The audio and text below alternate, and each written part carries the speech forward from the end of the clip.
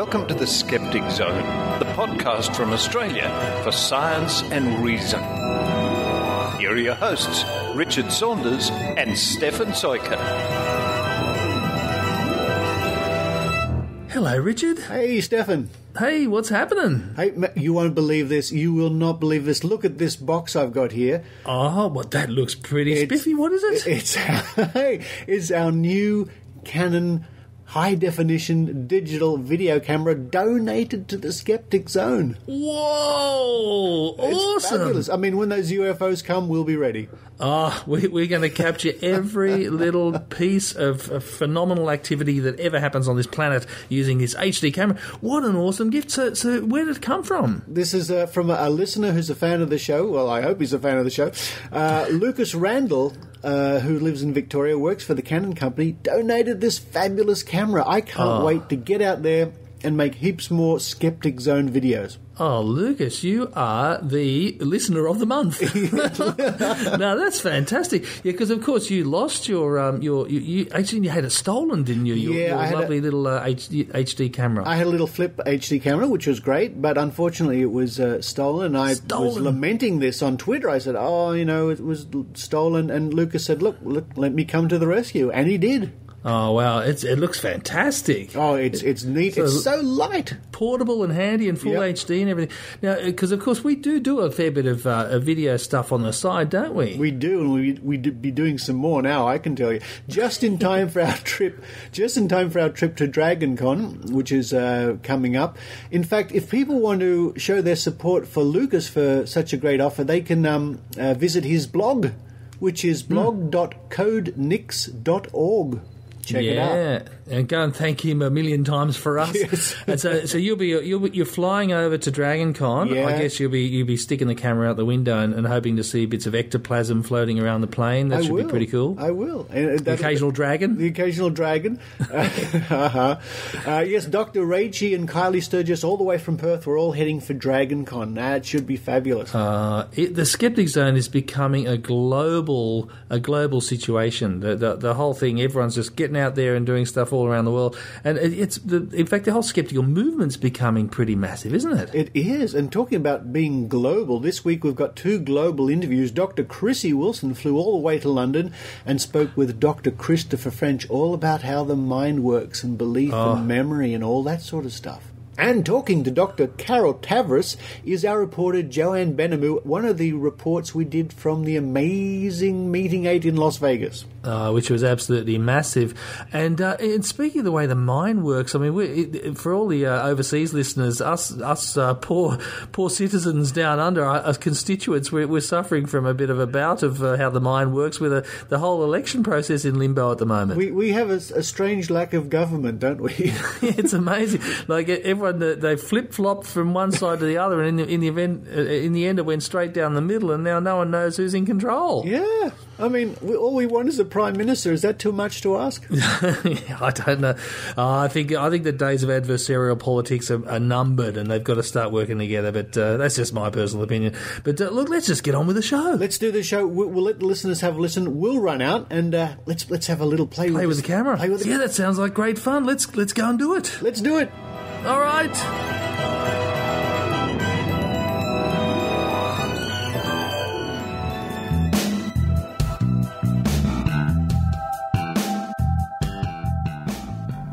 Professor Chris French is a psychologist and a vocal skeptic specializing in the psychology of paranormal beliefs and experiences.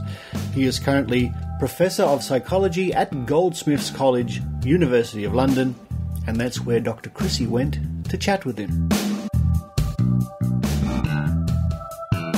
Okay, skeptics, it's Dr. Krissy Wilson here reporting from London, and very exciting today because I've done all the sites of London. I've done St Paul's and all that malarkey, and I went down to Charles Darwin's house last week as well. That was very exciting, but nothing compares to the excitement of being back at Goldsmiths. Some of you will know that that's where I actually did my PhD. under the supervision of Professor Chris French, and I'm very excited to say that I am now in Chris's office, which is a bit weird for me because I haven't actually been in here for 3 years, and I did actually spend about 4 years of my life in and out of this office. Most of my PhD actually got written in this office, and it hasn't really changed at all. Some fabulous books line the walls of the office, a real treasure trove of material for researchers and academics and so on. It's got some wonderful stuff on these shelves.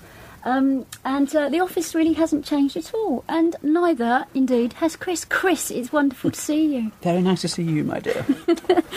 So we're going to have a little chat about sceptical stuff.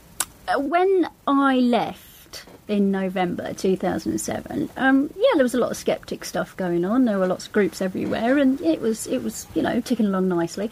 But as soon as I did leave, and I'm sure the two events aren't actually connected, everything just kind of took off. And, coming back last week and giving the talk at Skeptics in the Pub in London, all the faces are brand new, and obviously changed venues, and the venues sound now much, much bigger to accommodate all these lots of new faces. And I only knew a couple of people, really, from the old days.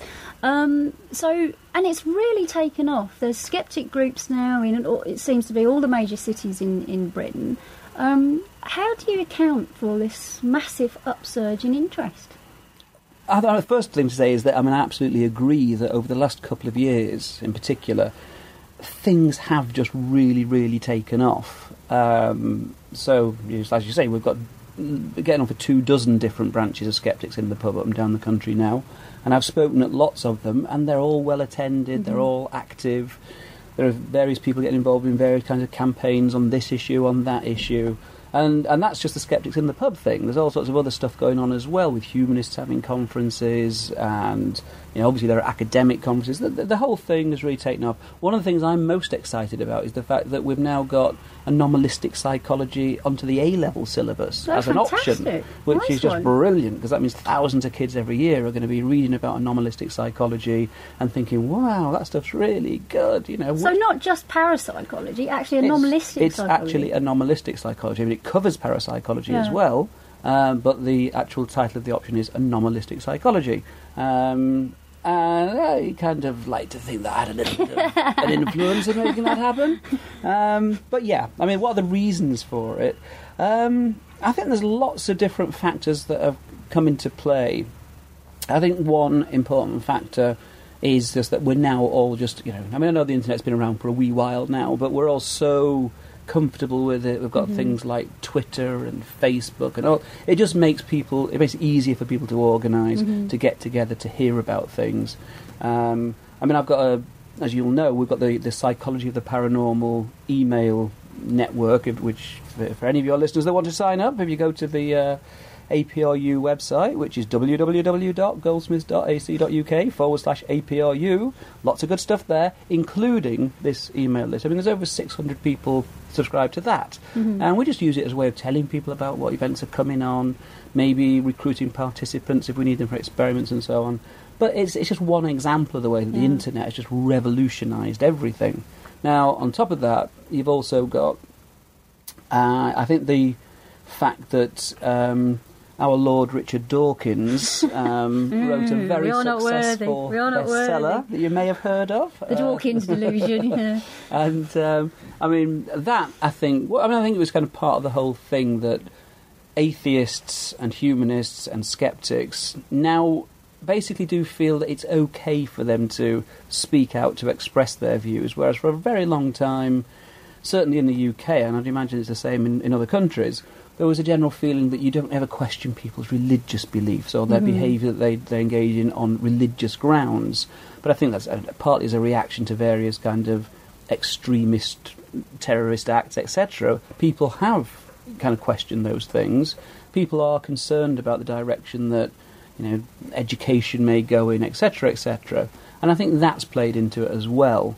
It's one of those things, I think, that when a movement starts to take off, and I really don't like the phrase sceptical movement, because it makes it sound like it's all about kind of propaganda and so on, and it shouldn't be about that, even though sometimes maybe it is. But when a movement does start to take off, obviously, if one or two kind of big names get involved in it, I mean, and maybe even big names outside academia, so I'm not just talking about, say, Richard Dawkins, but when you get, say, comedians and musicians who also kind of give their backing, and that's certainly happened in the UK on quite a noticeable level. You've got people like Robin Ince in particular, he's a total card-carrying skeptic, he's a self-confessed nerd, and he's a very funny man. I don't know him. He's organised all kinds of events. He's a comedian, stand-up comedian. But he's organised events like 9 Lessons and Carols for Godless People, which has now kind of been run for the last 2 years, around about Christmas time, surprisingly.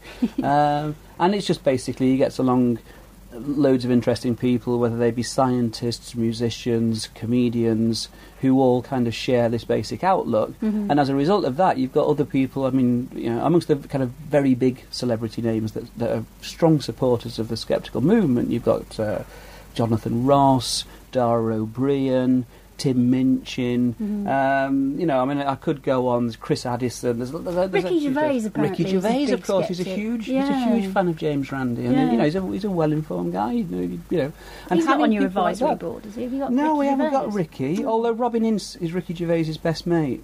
He's actually he's worked with him. He's known him for years. He's been So there is this kind of network that extends. I mean, I appreciate that it could be partly because of this, because we're fed up with fundamentalist religious types and we want to speak out about that, etc., etc. But that doesn't explain fully why there's this massive interest now, and it's a lot of young people too, which is great because, as you know, it used to be the bastion of white.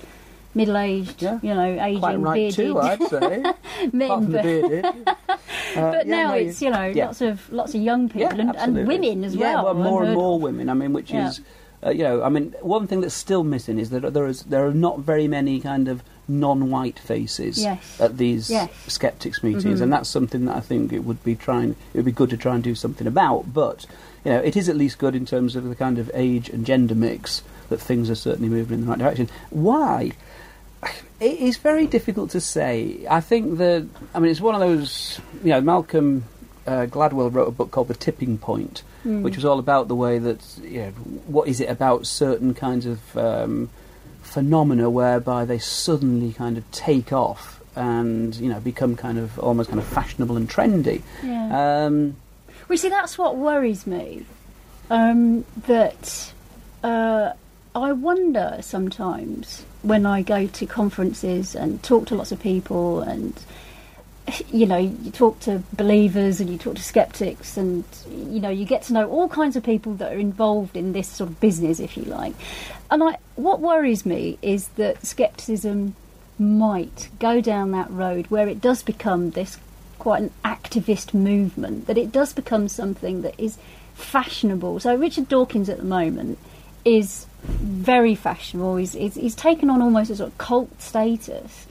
And what worries me is that scepticism will look up to someone like that, and he will take on this sort of you even said it yourself, Lord Dawkins, and that sort of hero worship, if I may use that term, is part of the thing that we're trying to guard against, isn't it? That sort of blind, if I may use the word, faith in someone else's opinion is the whole thing that we're trying to avoid. I mean, yes, we want to promote critical thinking, but we also want to promote individual thinking. We want people to think for themselves rather than just blindly follow. No, absolutely. No, I can see where you're coming from, and to a certain extent, I kind of share those concerns. I mean, first of all, let me just say that I'm probably like most other scientists and skeptics. I'm a huge fan of Richard Dawkins. I think he writes beautifully. He's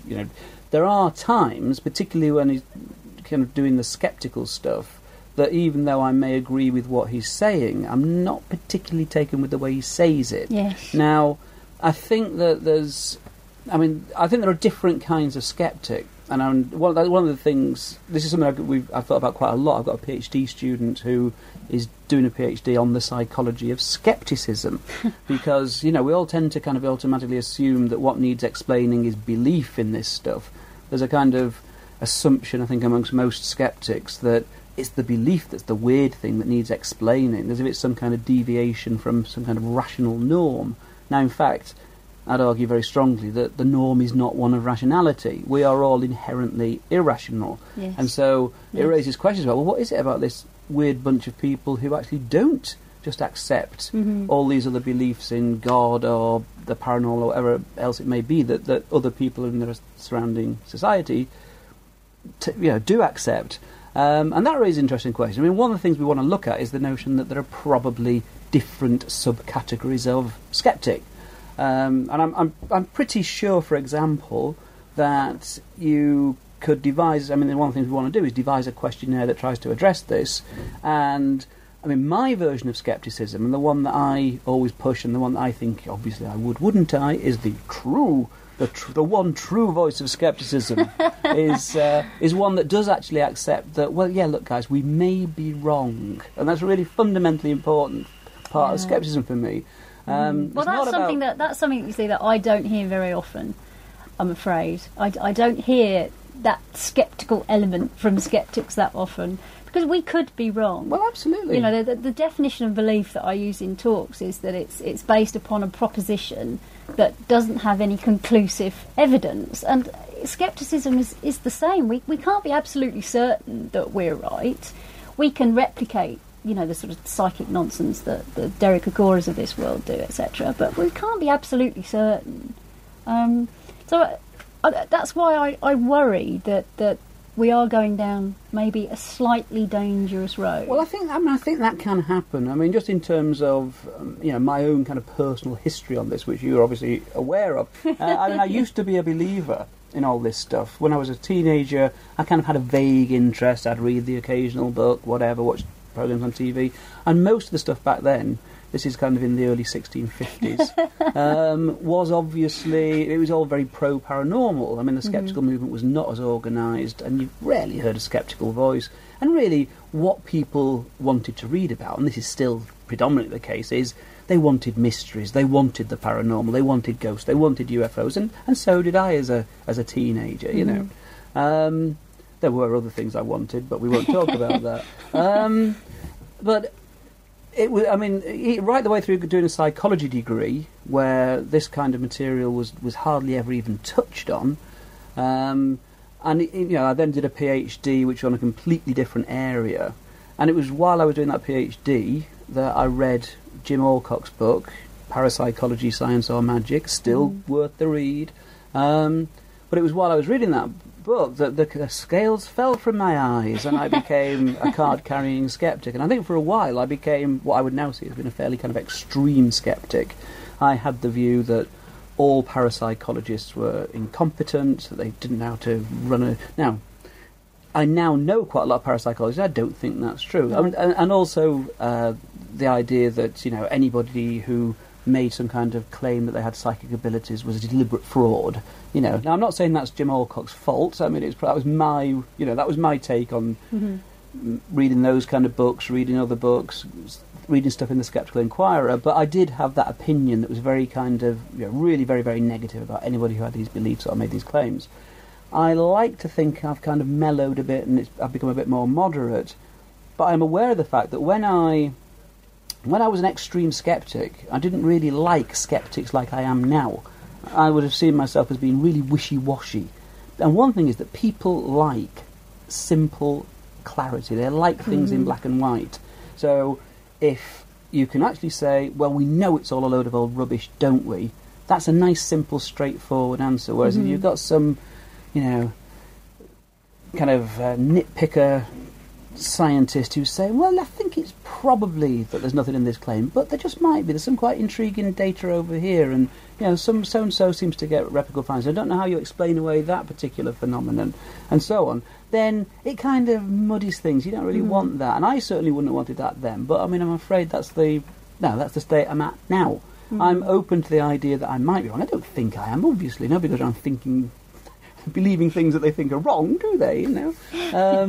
But it would take, I mean, what would convince me? I mean, I've written a chapter about this recently for a book. What would it take to convince me that psi exists? Well, I don't think it's too much after over 120 years of research for a single, replicable, robust demonstration of paranormal forces. And if that happens, well, so be it. Okay, the skeptics will have egg on their face and it'll be a bit embarrassing, but I'd like to think that would be scientific enough to be able to say, okay, we were wrong, let's get on with it and study it. This is really, really interesting stuff.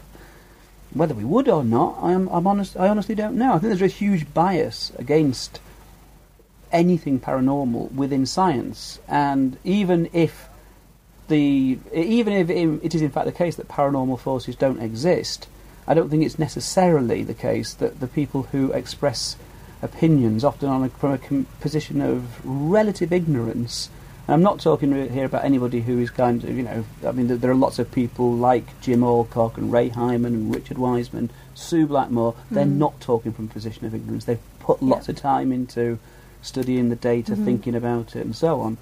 But there are others who shall remain nameless for the purpose of this interview, who make pronouncements from on high that are actually just not true. They've not looked at the evidence. They won't look at the evidence because they know in advance what the conclusion is. Well, that's not science as far as I'm concerned. No, that's no good, is it? That's no good for the movement. If we can exactly, yeah. All right. What are you working on at the moment? Anything in particular? Any major projects? Did you write the book? Did you get the anomalistic psychology? We are writing the book. Oh, we are writing. I say we because I now have a co-author on that one. A good way of moving the project along. Get someone else to do it. So that we are making progress with that, and I'm hoping to actually also write another one when I finish that one, which will be more of a kind of popular science type approach to anomalistic psychology, aimed at a general audience rather than being a textbook. There's the good old Skeptic magazine, of course, which is still going strong, and we revamped that a while back to mark the fact that it had been in existence for 21 years. Wow. And since we've revamped it, we've gone from 28 pages to 40. We've got a stellar editorial advisory board, and the number of paid subscribers has gone up by over 50%, so that's all going well in a year. We also produced a Best of the Skeptic volume called Why Statues Weep, and that's got a kind of so going back over the past 21 years, and we've put together some of the best pieces from the Skeptic over that time period. In terms of research, there's a lot going on. I won't go through all of it. This very morning, I've just been doing a presentation looking at kind of what's a very promising new line of research.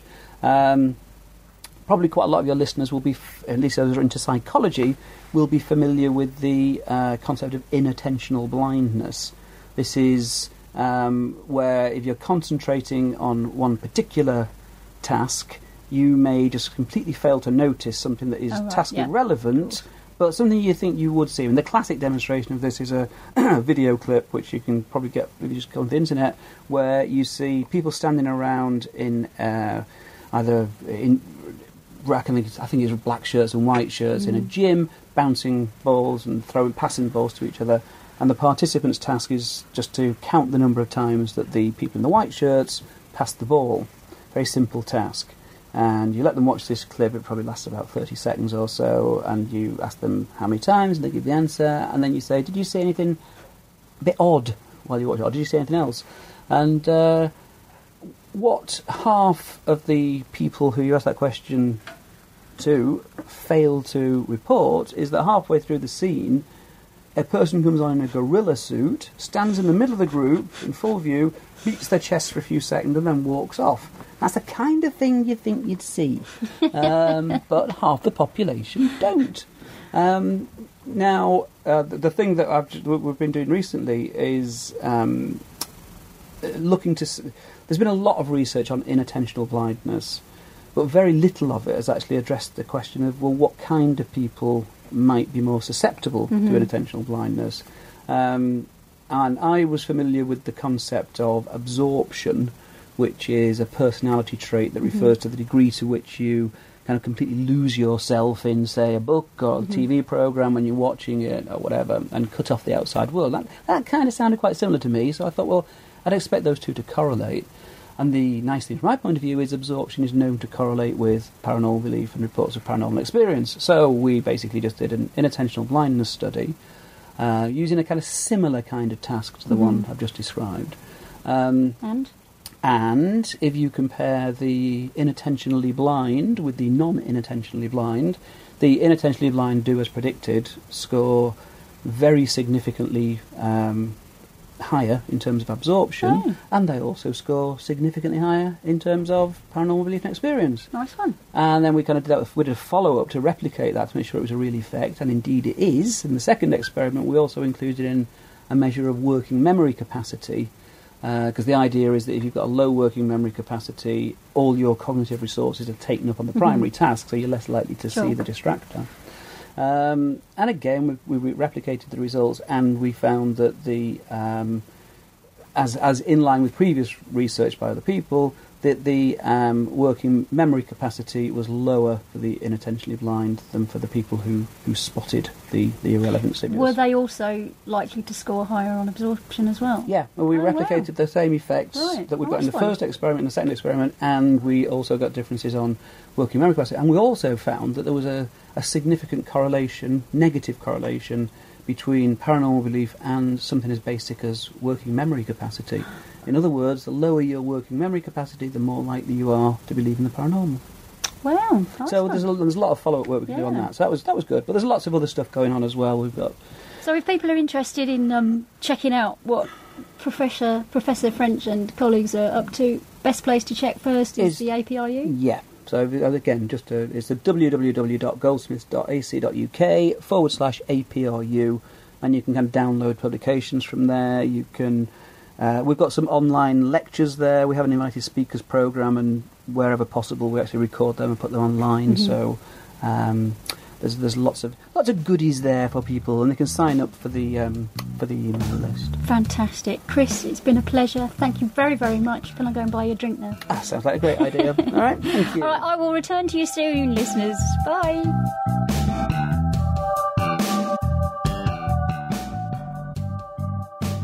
There are many universes in the multiverse, but aren't you glad you're in this one, listening to the Skeptic Zone? Crikey! This is Richard Saunders from Down Under, former teleceleb, current podcaster, and future bushranger. Well, wacko! Those bonzer blokes in the US of A have invited Dr. Raichi and myself to Skeptics in the Pub, Monday, 30 August 2010, at the Beachcomber Cafe at Crystal Cove, Newport Beach, California, at 19 o'clock, whatever that means. Come and knock back a few coldies with us while we give you the drum about those drongo polies in Australia. No raw prawns, we're fair dinkum. Hooroo!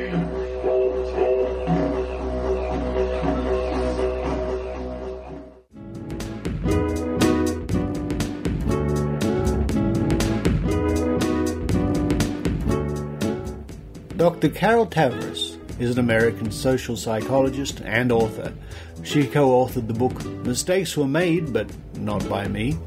She received her PhD in social psychology from the University of Michigan and has taught psychology at the University of California, Los Angeles. Reporter Joanne Benhamu caught up with Carol Tavris at the Amazing Meeting 8.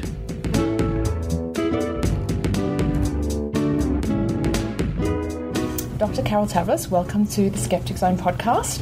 We're here at TAM 8. How are you enjoying the convention? It's been quite busy. And it's absolutely fabulous. What could be better?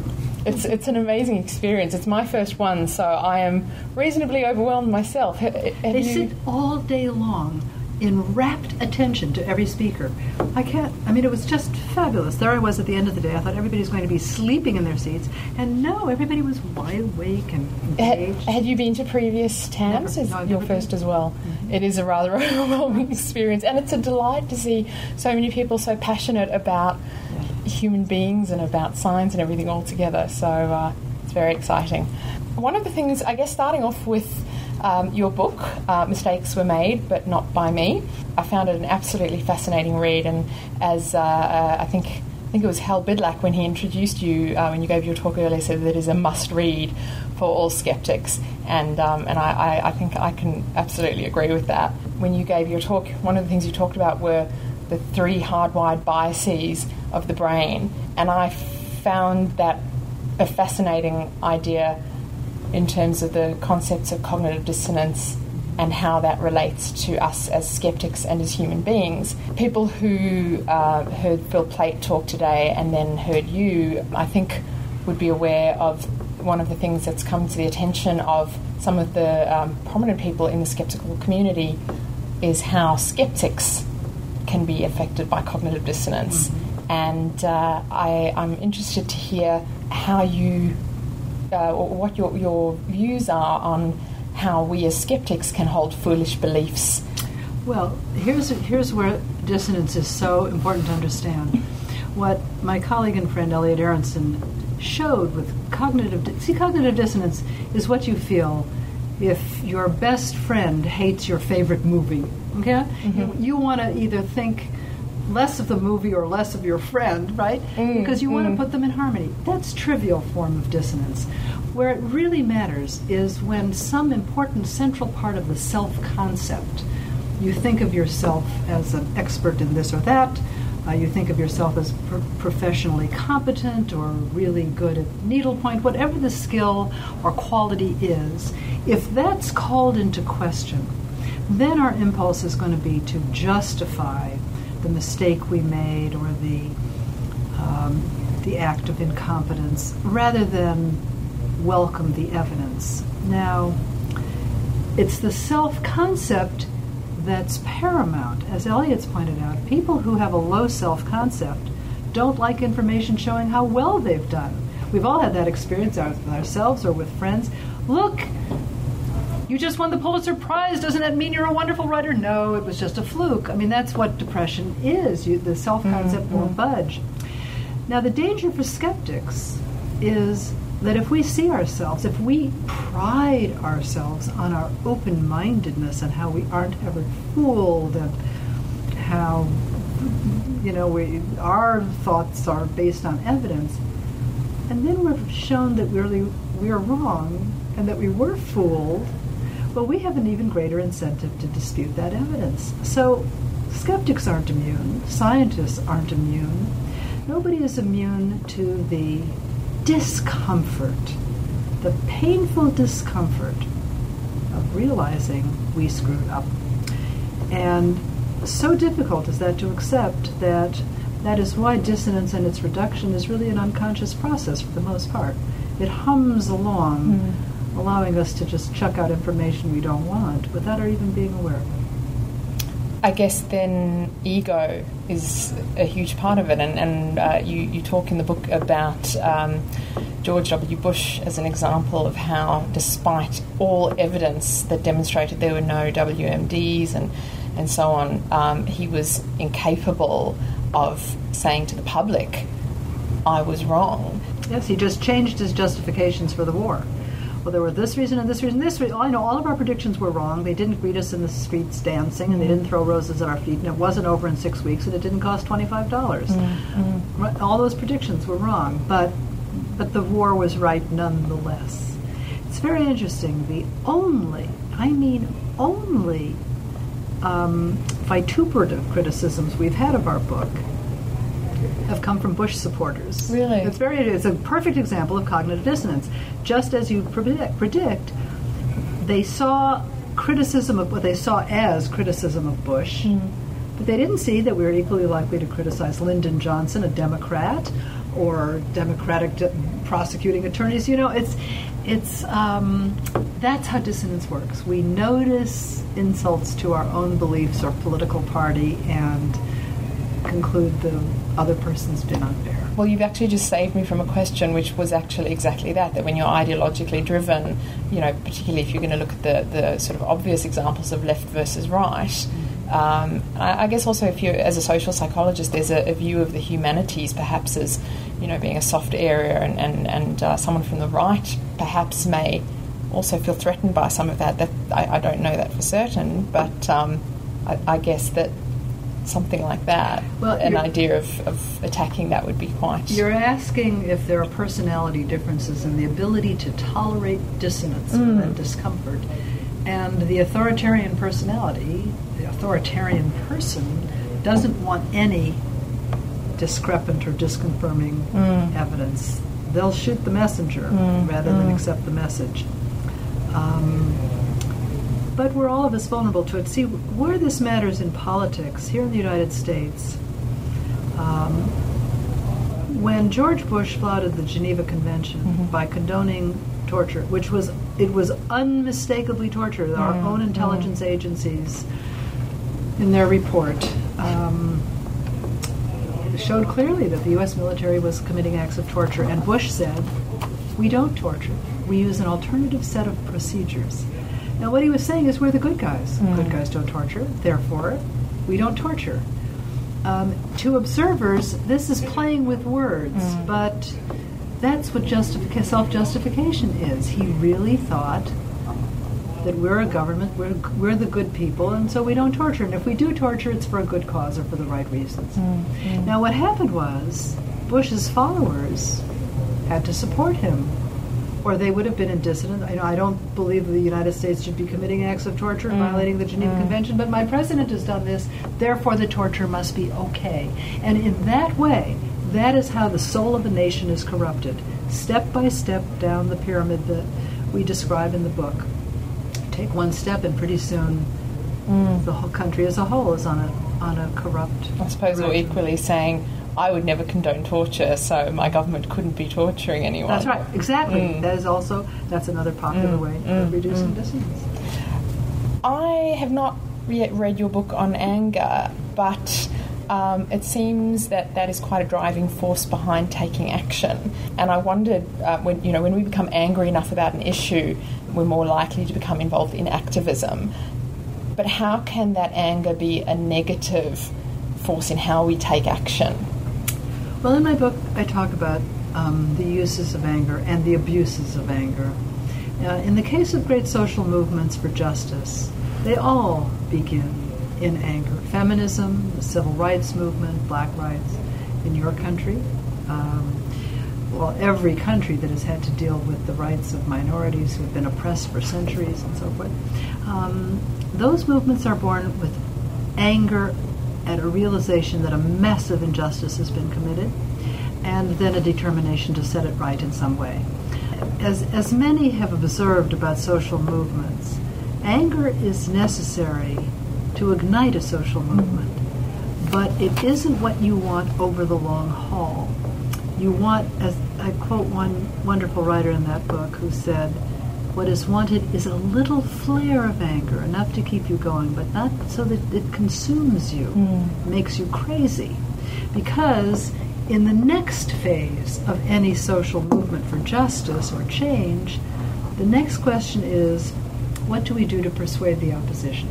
What do we do now to reach our goals of equality, of an apology from the government, whatever they may be? And at some point, ranting and railing and marching in the streets isn't effective. And so anger has a time and a place, and then so does persuasion and other tactics. And that goes to, I guess, the skeptical movement where we are now, in terms of, for example, issues like dealing with the anti-vaccine movement, which brings out intense anger on both sides.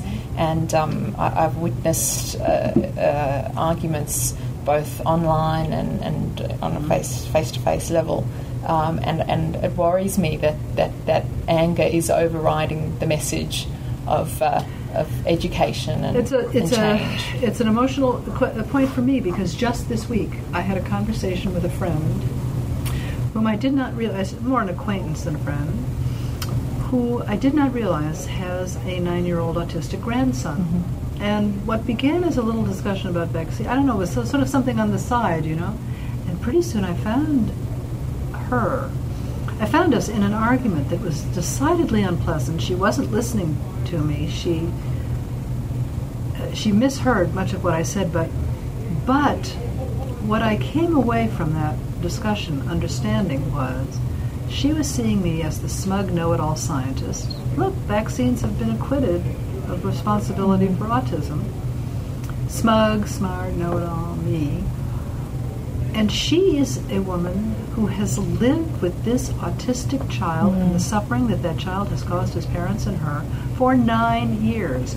Who am I, a skeptic, wandering in saying, I'm really worried about that not enough people are vaccinating their children because it's causing a different problem. And she's thinking,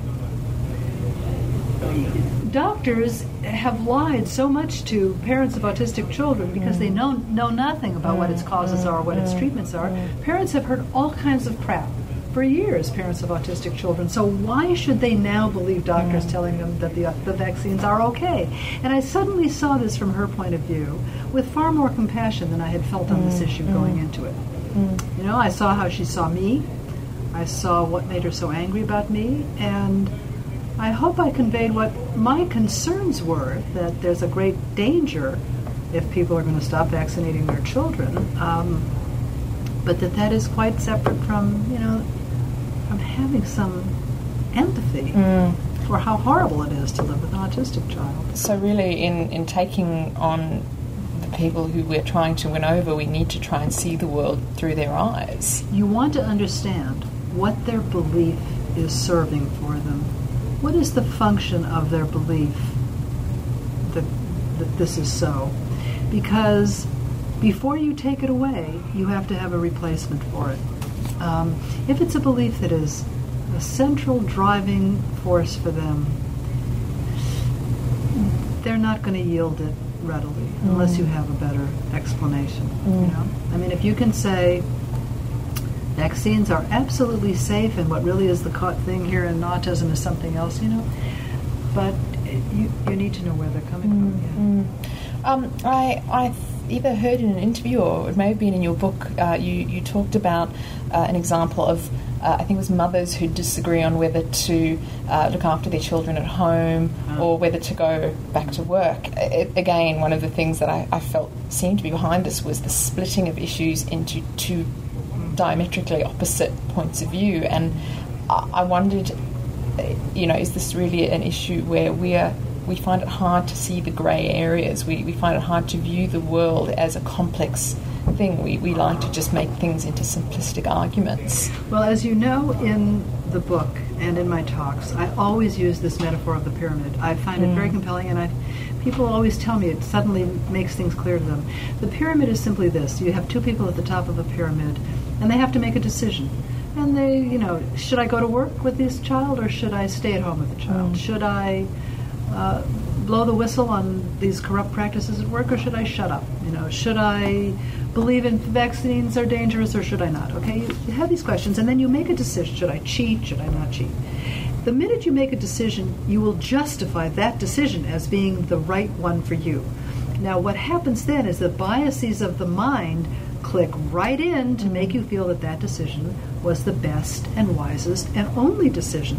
And you will now only see evidence that decision was right, and you will discount evidence that you might have been wrong.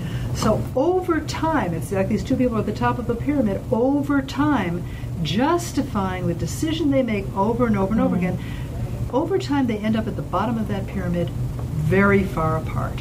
And I think your example of women at work is a perfect example of this. When the decision is one that could legitimately go either way, when it's an ambiguous decision or a complicated decision, and then you make a jump, you'll have even greater incentive to justify the direction you took. So the woman who goes to work with young children will say, this is good for the children, this is good for me, we need the money, I love my career, I'm enjoying what I'm doing. And the woman who stays home will say, you're a horrible mother, what kind of thing are you doing, abandoning your children? Children need mothers from the minute they're born for the next 47 years, and you're being a horrible mother. So it's because the woman who's staying at home needs to justify the fact that she's given up her career and her income and her work to do this. She has to really feel this was the wisest and best decision. She has no incentive to think that for another woman, another decision might be just as smart. Conversely, the woman who's at the career is going to tend to disparage the woman staying at home. Look at her, what an idiot, and she's foolish, and her brain will rot, whatever. It's so... Of course, not all women do this. What I want to say is that when a woman is ambivalent about whether to work or stay home, she will be more motivated to justify the choice she makes. And in doing that, unfortunately, to disparage those women who make a different choice. I remember in the early years of the women's movement in America, when it was so difficult for women seeking careers in the men's world, and many of them were really angry at women staying home and having children and being, housewives. And the women who stayed home and had children really felt their antipathy. Over time, both sides really came to understand each other. I was talking to Rebecca Watson about that earlier today, and we were saying that women need to be able to feel comfortable making choices that are right for them because they have the choice to do it, not because they're living up to a feminist expectation of how a woman should perform. Right. So I think that really puts that in perspective. It's important while understanding, though, that society is marking the woman's ballot in a certain way. That is, that not all, we speak of free choice. Well, how free is your choice? How free is your choice when if you live in a community or a city or a culture where you're expected to have children and you're expected to stay home with them, it becomes more difficult to be the renegade who doesn't want to do that. And conversely, if everybody around you is having children and working, it's easier for you to do that, but harder for you to make a decision to stay home. So, if a woman chooses, for example, to stay home, either giving up her career or postponing it, she needs to do so in the full awareness of what this might mean for her lifetime earning capacity, for her self-sufficiency and independence.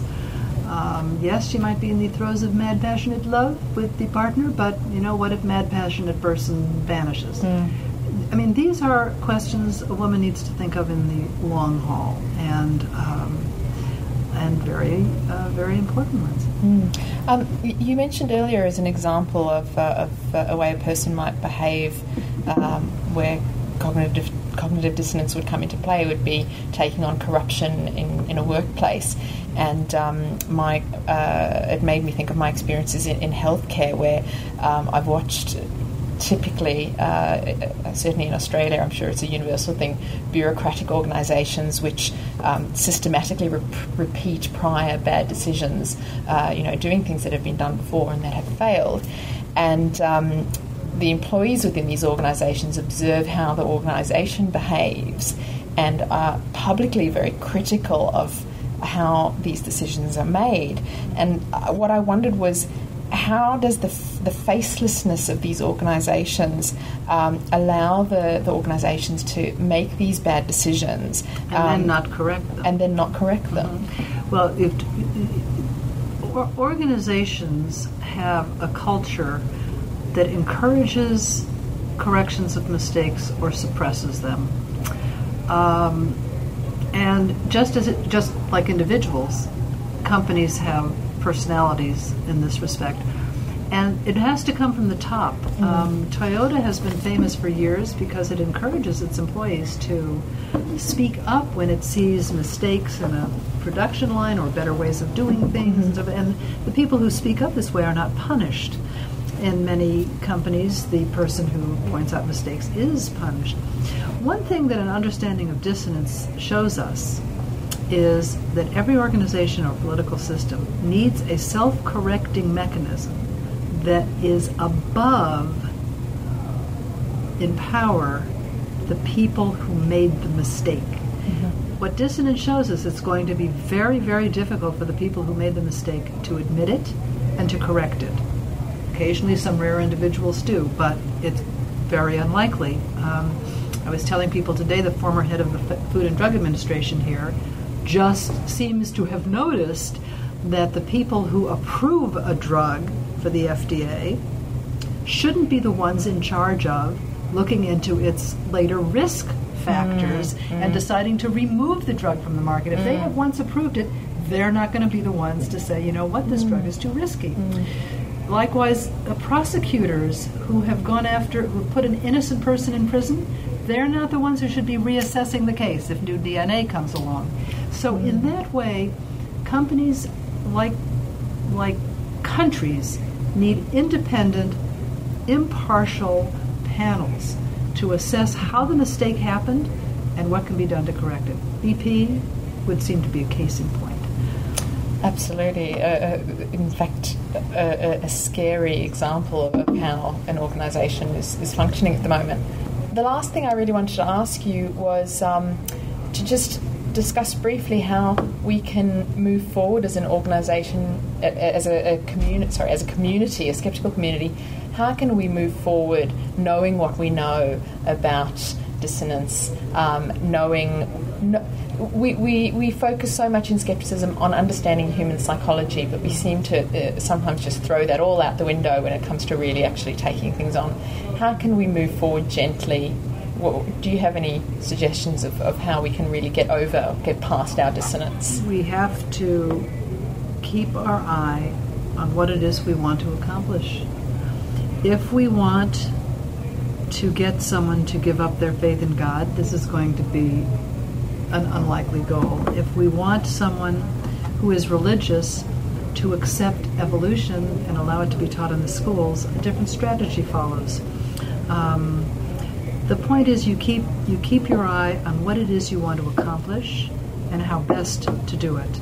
So it may be that it's a matter of changing the institutional structure, as we heard today, the importance of making sure there are good science classes in schools and so forth, over the objections of people who would like to remove science classes. For me, the essence of understanding dissonance is that when we argue with someone, a loved one, or just another person that we're arguing with, you don't want to put them in a state of dissonance. As soon as you say to somebody, "What were you thinking? How could you possibly have done that, fallen for that terrible scam, that magazine scam, and spent thousands of dollars on that scam? What were you thinking? Can't you see this guy's a con artist and a Don't be such an idiot. Don't be such an idiot, okay?" What you're saying is, how could you be so stupid? Now, what is the recipient of that message going to hear? They're going to think, they have a choice. I was stupid, and I did these things. Oh my God, I'm stupid. Or they're going to say, I'm not stupid. I thought I was doing the smartest possible thing. I thought this was a good thing to do, and that nice person offered me magazines, and I thought I was being generous and kind, and I was thinking for the family. I thought maybe I'll make some money for the family. Okay, so if you make them feel stupid, you have sent them right into the arms of the scammers, because now they're going to put more good money after bad to try to show that they were right after all. So understanding dissonance, the first thing means we have to keep for ourselves the cognition separate. I can do a foolish thing and still be a smart person. I can do an incompetent thing and still be a competent person. I can have done this hurtful thing to someone I love and still be a kind person. But I have to accept what I did, learn from it, and make sure I don't do it again. And in the same way, in dealing with someone else, we have to make sure we don't make them feel incompetent, stupid, and foolish, or we'll lose. So in essence, we have to remember that we're the same animal that we're talking to. Exactly right. Dr. Carol Tavris, thank you very much for your time. It's been lovely having you on the Skeptic Zone podcast. I hope you enjoy the rest of your term. Thank you so much. It's been a pleasure talking with you. Thank you.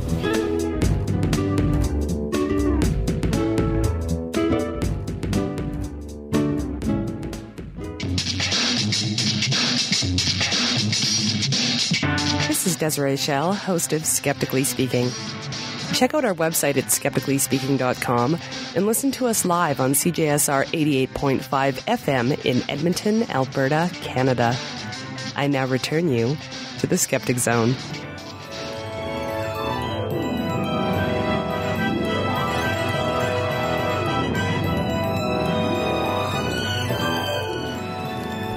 Richard? Yeah. I think I've deleted a video. What? Oh no, not that one we just took of the UFO. No, I hit the wrong button. It landed and everything. Lucas, if only you'd send us slightly better instructions on this video. No. I recorded the whole thing. That it disappeared into another time warp. And while the listeners were listening, we went outside to test the video camera. Here, the UFO came down. They stepped out and they flew away. We got it all on the camera, and you've deleted it. I know. I'm sorry, but you'll just have to believe us. Just take our word for it. Yeah, it really did happen. It did happen for real. And we're ready for interviews on the world's the press. We're going to do the circuit. Another great show. Thank you. I believe anything after that. Thank you to our reporters who did a wonderful job again out in the world, London and Las Vegas. We are going global. And I'm going global. In fact, on Monday, I'm off with Dr. Raichi to DragonCon and via time warp. Via time warp. And Kylie Sturgis is, of course, joining us all the way from Perth. Another time warp. This zone is just getting out of control. It is, and you never join us, Stefan. I know. I'm trapped in my own zone. It's called a company that I try and run, but no, it's good. Serious Media. Serious Media Group. Yeah, we've got a lot of good things happening, but I tell you what, I'd much rather be jet setting as part of the zone team one day. Until then, I'll just have to be happy doing these little intros and outros. Maybe we can see if we can find another UFO outside, Stefan. Shall we try? Let's go and have a look. Let's do it. I think I've figured this camera out now. Here we go. Oh, look! There it is! You've been listening to The Skeptic Zone. Visit our website at www.skepticzone.tv for comments, contacts, and extra video reports. Skeptic Zone, a miracle of technology.